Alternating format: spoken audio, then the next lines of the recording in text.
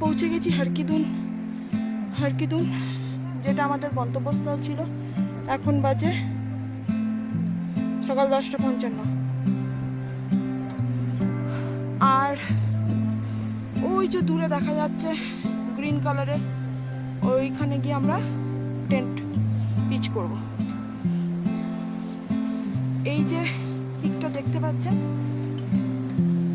এই যে সামনে পিকটা, এই পিকটি হচ্ছে স্বর্গারোহিণী পিক। আমরা এর আরো কাছে যাব।